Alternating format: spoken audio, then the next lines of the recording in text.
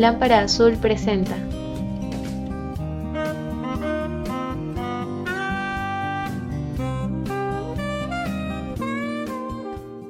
Creo que podemos seguir tenemos algunas preguntas extras que nos gustaría seguir continuando.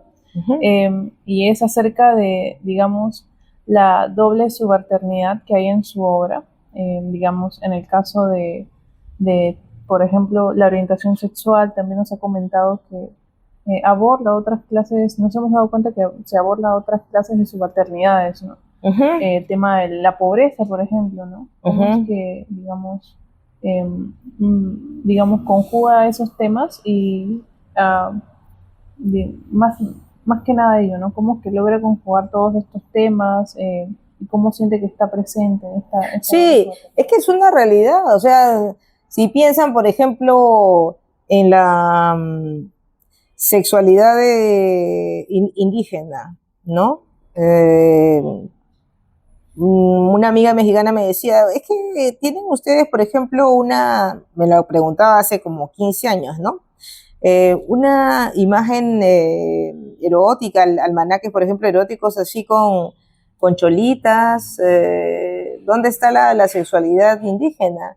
Y antes todavía era peor, ¿no? Y uno se puede decir, ¿y por qué la sexualidad no aparece sino en las mujeres occidentales? Lo que pasa es que lo indígena era el rostro de la pobreza, ¿no? Era el rostro del atraso, ¿no? Y era el rostro de lo subhumano.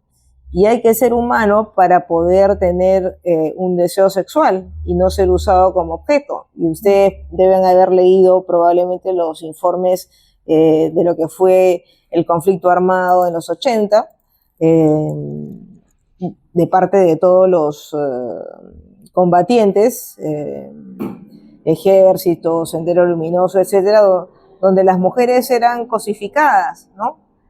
Y es parte también del considerarlas racialmente no humanas, ¿no? Entonces, se toma como si fuera un animal o una cosa a una mujer, no se espera que desee, ¿no? Se la toma simplemente.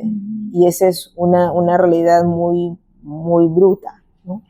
Entonces, están vinculados ahí los temas porque en medio de todo está la subjetividad. Para poderte definir como sujeto tienes que tener varias autonomías. Una de ellas la económica, otra de ellas el poder decidir sobre tu cuerpo, etc. Entonces son temas intrínsecos, ¿no? Bueno, siguiendo con lo que comenta, ¿no? Vemos que no es muy diferente de lo que pasa en la actualidad, ¿no? Hay mucho esta negación de lo sexual en este caso la disidencia, como si se tuviera que tener oculto, no solo hablando en este caso del pobre, sino pues también sigue haciendo disidencia, claro, cuestión de lo queer, ¿no? Sí. Lo que pasa es que hay un tema que es fuerte aquí, que es la estigmatización, ¿no? O sea, se estigmatiza todo aquello que se califica como de bárbaro, no civilizado, etcétera. Se ha etiquetado mucho esta cuestión, por ejemplo, para decir lo homosexual, o lo transexual, o lo intersexual, lo bisexual, etcétera, ¿no? Entonces, sí, se animaliza nuevamente y se produce violencia sobre estos sujetos. Se cree que se les puede hacer violaciones correctivas, una serie de cuestiones, ¿no? Siempre sobre la sexualidad se ha tenido como una suerte de control, ¿no? Y es un tema fascinante porque la sexualidad, al habérsela ligado tanto con lo reproductivo, en un momento se pierde hasta como materia propia de reflexión, ¿no? A veces se habla de derechos sexuales y reproductivos como si fuera una sola cosa, pero no. La sexualidad es un fenómeno y la reproducción es otro fenómeno. Lo que ocurre es que generalmente la sexualidad se la adjudicamos a los varones y la reproducción a las mujeres. Y se dice, las mujeres no tienen deseo sexual, por ejemplo, ¿no? O los varones, ellos no tienen por qué hacer cosas de trabajo reproductivo. Cuando los dos tienen que ver, ¿no? Si acá en Perú los varones fueran más responsables sobre su reproducción, podrían tener ya una conciencia desde los 15 años que pueden ser padres, que pueden embarazar a alguien, pero no la tienen, ¿no? Y lo mismo se achaca de una manera castrante a las mujeres el hecho de no tener deseo sexual. Pero todo está muy ligado también al respeto que cada cual se tiene como individuo. Yo creo que en sociedades, bueno, de industrializadas y esto se ha tratado mucho de incidir en el reconocimiento de las libertades y derechos del individuo. Tanto así que, bueno, tú entras pues a un bus en París y si rozas a alguien le pides disculpas, ¿no? Como si le hubieras dado un beso, ¿no? Cosa que no ocurre acá. Acá todos nos chancamos, nos mezclamos, no tenemos como una frontera clara entre un individuo y otro. Pero eso está muy ligado también a nuestro propio desarrollo económico, cultural, a cómo queremos concebirnos como sociedad, etcétera, ¿no? Sí, bueno, continuando con tal vez el tema literario, en las previas, porque hubo unas previas de conversación, surgieron comentarios muy interesantes acerca de que nos había comentado que en los 90 todo cambia, ¿no? Y usted pasó por este tránsito, o al menos nuestra generación nació por los 2000, pero usted estuvo en el medio de este cambio de siglo, básicamente, ¿no? Sí. No, sí, y nos llama mucho... Ay, perdón. Terrible, terrible. Sí. Y quizás podríamos aprovechar también la conversación y la temática que está tomando, el rumbo que está tomando la conversación para quizás aprovechar que podamos declamar, ¿no? O quizás la misma Violeta pueda declamar un poema. Creo yo que estábamos conversando también en las previas, el de los perros, ¿no? De las ciudades, los perros, ¿te acuerdas? Sí. El poema 5, que creo que justo aborda un poco esa temática, ¿no? No sé si se da la oportunidad, ¿no? Ajá. Creo que... Sí, ese es lo de los perros, es la comparación entre el mundo industrializado y el salvaje. Un poco de la personalidad industrial. Claro. Que no sé si le gustaría. Sí, podría. Claro, cómo no. Bueno, te respondo primero a lo que me preguntaste de eso y luego seguimos con los perros. Ya. Te decía, ¿no? Que quienes nacimos y nos llaman pues los baby boomers, ¿no? O sea, la generación que nació en los años 60, luego ya de la Guerra Mundial, que había terminado como 15 o 18 años antes que naciéramos, todavía llegamos a vivir lo que se llamó la Guerra Fría, ¿no? Esa lucha de dos bloques que eran pues Estados Unidos y la Unión Soviética, con sus películas de James Bond, una serie de cosas, y también donde todavía estaban muy vivas las utopías sociales, ¿no? De poder llegar a constituirse pues como un Estado-nación, en el caso peruano, por ejemplo. Pero todo esto va a cambiar drásticamente con la caída de la Unión Soviética en los años 90, la caída del muro de Berlín. Entonces, algo así como el fin de las utopías sociales, y todo cambia, efectivamente. O sea, si leen ensayos históricos se van a dar cuenta de cómo, por ejemplo, acaba la figura del intelectual, que es reemplazada por la del experto, la del publicista, cómo termina también toda una cultura en que la línea editorial de un periódico o la de una casa editorial definía qué cosa era lo que iba a publicarse, ¿no? Mientras que ya con las redes sociales uno mismo se lanza pues por acá, por allá, a decir lo que le da la gana, incluso con discursos de odio. O sea, por un lado se democratiza, pero por otro lado se basuriza también, ¿no? Entonces, el dinero, el ritmo de vida, hay una cuestión con la aceleración del tiempo. Por ejemplo, antes mi mamá, por ejemplo, ella trabajó 30 años en un sitio donde tenía pues su estabilidad laboral, su jubilación, se jubiló, tenía una pensión, etcétera.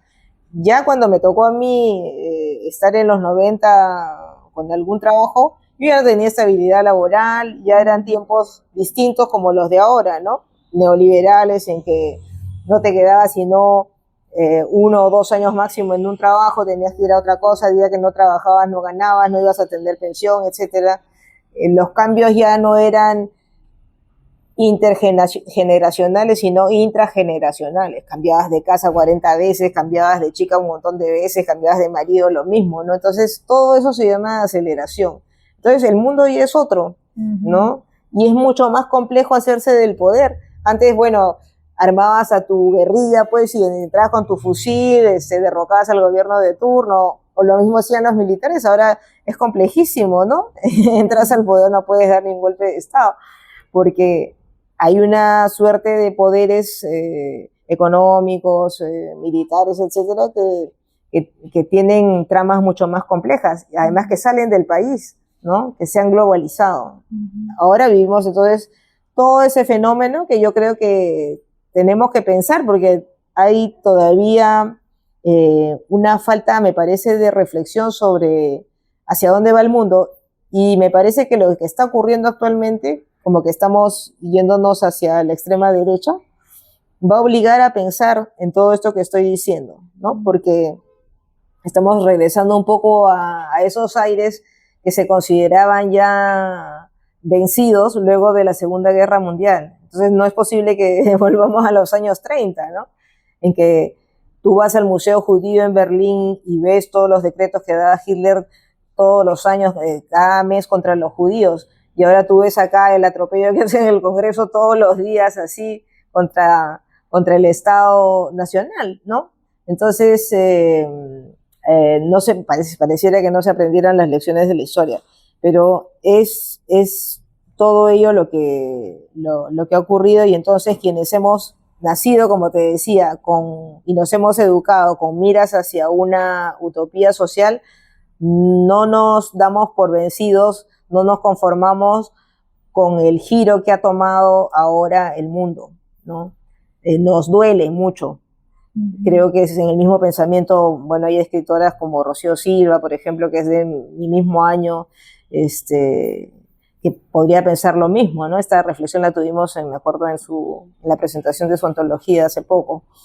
Entonces, eso es lo que nos ocurre. No sé cómo lo sientan ustedes, y ustedes ya lo viven desde otra perspectiva. Sí, tal vez para cerrar la pregunta y ya pasar al poemario. Claro, lo que menciona es bastante importante, y es justo, digamos, lo que parte de la propuesta también de Cosas sin Nombre, acerca de esta actualidad, ¿no?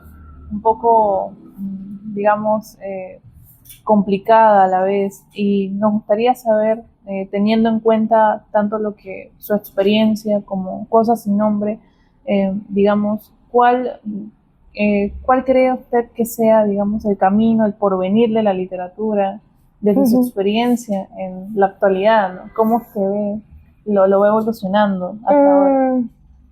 Yo creo que va a mutar, ya de hecho que todos mutamos, ¿no? O sea, nos va saliendo una arruguita un día y otro día una cana.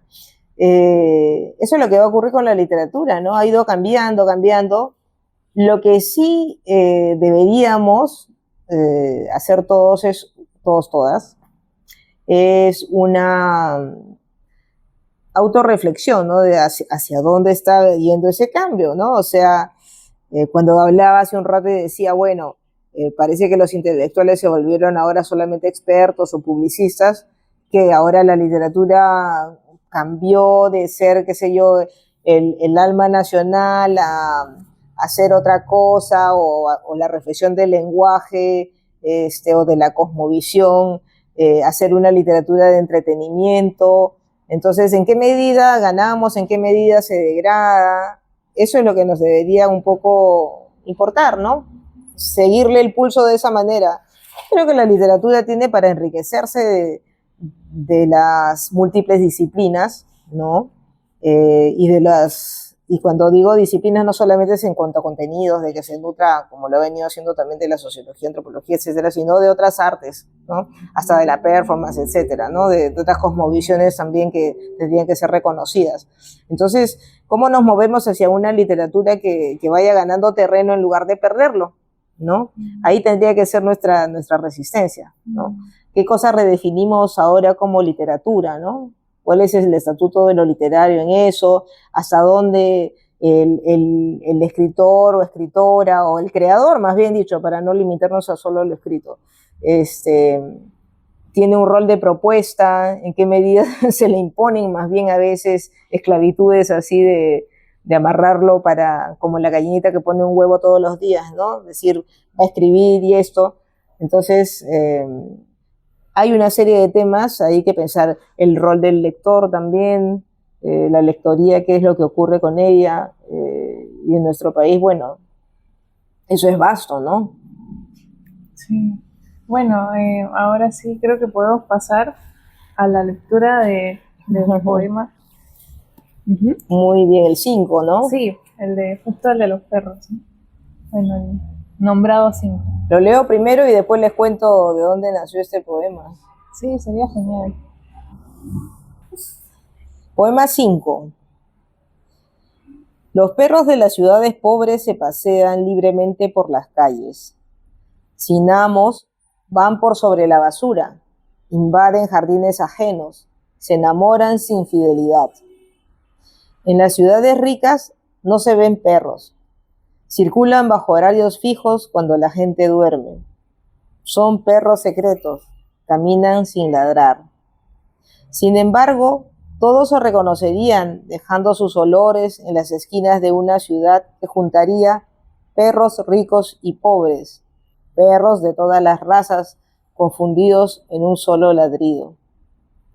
Las ciudades fabrican a los perros, cada una a su manera, haciéndolos salvajes o dóciles, separando aquello que la naturaleza junta. Las ciudades dividen, cortando el territorio con calles, marcando la pertenencia a un amo o el abandono. Bueno, gracias. Este poema, fíjese, el libro es parte, ¿no?, de un conjunto de poemas que yo vengo escribiendo desde los años 90, ¿no? Entonces, cuando llegué a París, el año 92, una de las cosas que me llamaba la atención era ver la ciudad llena de caca de perros. Sin embargo, a esos perros nunca los veía de día. Y era tan la cantidad de excremento que uno encontraba cuando empezaba un día, ¿no? Luego lo barrían, lo lavaban, en fin. Que yo me decía, pero ¿en qué momento es que pasa todo esto? Y era en las noches, ¿no? Entonces, en ese momento es que los parisinos solían, hasta ahora, ¿no?, llevar a sus perros para no tener inconvenientes con otra gente que a veces durante el día podían pelear los perros, era mucho más tranquilo, relajado, la gente volvía de su trabajo, los sacaba a pasear. No había en esa época todavía los pastores de perros, ¿no? Entonces, luego al año siguiente ya inventaron un sistema así como de alcantarilla solamente para los desechos de los perros, o la cosa esta de recoger con sus bolsitas. Pero de ahí nació lo de los perros secretos. Y luego, otro de los detalles que me llamó así, me horrorizó, me llamó la atención, fue que me contaran que les disgustaba que los perros ladraran, ¿ya? Y habían operaciones veterinarias de cuerdas vocales de perros para que no se sintieran sus ladridos. Me parecía tan horroroso, ¿no? Entonces, esos eran los perros parisinos. Y me acuerdo mucho que había un chico peruano que se hizo amigo mío el primer año, porque él estaba de turista nada más por unos meses. Estaba así muy abatido el pobre, que quería quedarse como ilegal y padecía de hambre y todo, y me decía: hoy me crucé en la calle con unos perros, pero ¿has visto esos perros? Porque eran perros de razas finas, ¿no? Que ya me iban mirando así por encima del hombro, ¿no? O sea, me hacía tanta gracia esa comparación, que sí, dije, efectivamente es así, ¿no? En una ciudad moderna como la parisina, modela a sus perros de determinada manera. Y para mí los perros, a pesar de que hasta ese momento solamente había tenido gatos, eran un símbolo de la ciudad de Lima, ¿no? O sea, si tú lees, y claro, conocen todos ustedes la conversación en la catedral, ¿no? El episodio de la perrera, ¿no? Entonces, eso era lo que yo veía también, ¿no? O sea, la perrera pasaba por delante de tu casa y se llevaba a los perros vagos, ¿no? Pero ver perro suelto era, ya, estoy en Lima, estoy en casa otra vez, ¿no? Entonces, yo tengo un poema de mi libro Elixir que se llama Los perros, ¿no? Y es un poema sobre la violencia contra la mujer, ¿no? Porque la figura, o sea, la personaje que habla ahí es una mujer que tiene rabia de su cotidiano y ella misma se siente como una perra vagabunda. Entonces los perros han sido siempre un motivo muy querido en mi poesía, y asociando a esos perros callejeros limeños que yo echaba de menos en París, fue que comparé, ¿no?, ambas ciudades. Sí, muchísimas gracias, Violeta. Bueno, solemos terminar las entrevistas con una pequeña pregunta siempre amena, ¿no? Consultándote, ¿no? ¿A quién te gustaría que fuese nuestro siguiente invitado, ¿no? Yo creo que, por ejemplo, el profesor Arámbulo, que va a publicar ahorita el día 26 su novela, podría ser. Listo, profesor Arámbulo, estamos en contacto. Galín, prepárate. Sí, y también, bueno, otra pregunta amena que la estamos incorporando ahora último. A ver, dime. Es su top 5 de libros, ¿no? Libros peruanos, ¿verdad? O bueno, pues su top 5 de libros. 5 de libros, a ver, me voy a limitar al Perú porque si no ya se hace muy así extenso, ¿no? Como les digo, los ríos profundos de Arguedas, que realmente fueron ríos profundos. ¿Ya? Otro libro peruano, bueno, Agua también, o sea, vuelvo, ¿no? El Caballero Carmelo fue otro de mis placeres lectores. Yo asimilaba mucho a Valdelomar con Wilde, por ejemplo, ¿no? Y bueno, quizás va más allá de solamente lo literario, ¿no? Escrito a ciegas, de Martín Adán, me parece formidable. Bueno, al tío Vallejo lo estoy dejando de lado, parece, pero ya le dediqué un capítulo de mi tesis. No, sí, Poemas Humanos de Vallejo. Me parece que es un buen libro, pero todavía aprecio más Trilce. Trilce por su plurisignificación, por ser toda esta caja de sorpresas que no será muy fácil de leer, pero es provoca un deslumbramiento, si quieren, en cuanto a las posibilidades del lenguaje, ¿no? A ver, estoy pensando en alguien más. Fíjense que no han mencionado a Vargas Llosa, porque de niña, cuando les digo que leía mucho en casa a solas, bueno, también había libros de Vargas Llosa, pero yo empezaba a leer y decía, ay, es muy parecido a lo que leo en el periódico, y por eso me aburría. Sorry, para los vargallosianos. Y Noches de Adrenalina, de Carmen Ollé, ¿no?, que fue también para mi tesis de bachillerato de literatura. Voilà. Bueno, muchísimas gracias, Violeta, por esta entrevista. Aprendimos un montón y creo que va a ser un gran legado para Internet. Así que, bueno, esto fue todo. Muchísimas gracias a todos por estar presentes, por escuchar como espectadores. Y bueno, no sé, Violeta, si quieres tal vez comentar tus próximos proyectos o alguna próximo proyecto, ya te he chismeado bastante. Sí. Autobiografía, ¿qué más? Ensayos feministas ahora ante las crisis actuales. Es importantísimo como decir, bueno, no nos han arrinconado, todavía estamos acá. Sexualidad en la literatura peruana, como ensayos, digo. Y sí, algunos cuentos monstruosos por ahí. Haré como una suerte así de copia del título de Poe, en lugar de ser narraciones extraordinarias, narraciones ordinarias nomás. ¿Ya? Todo lo que puede pasar a diario. Dayana, no sé si quieres terminar para cortar. Bueno, agradecerle por su tiempo, por el pequeño espacio que nos está otorgando y bueno, a todo el equipo en general, ¿no? Gracias, Dayana. Bueno, chicos, felicitaciones y buena continuación al Lámpara Azul. Gracias. Chao.